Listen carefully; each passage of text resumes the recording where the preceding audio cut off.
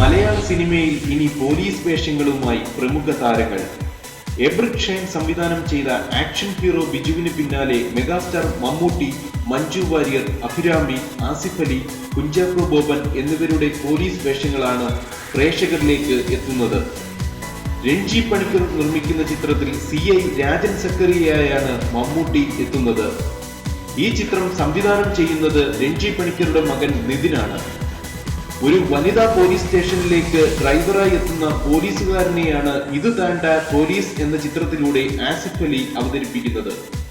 ചിത്രത്തിൽ അഭിരാമിയും പോലീസ് വേഷത്തിലാണ് എത്തുന്നത്. റോഷൻ ആൻഡ്രൂസിന്റെ പുതിയ ചിത്രമായ സ്കൂൾ ബസ്സിലാണ് കുഞ്ചാക്കോ ബോബൻ പോലീസുകാരനാവുന്നത്.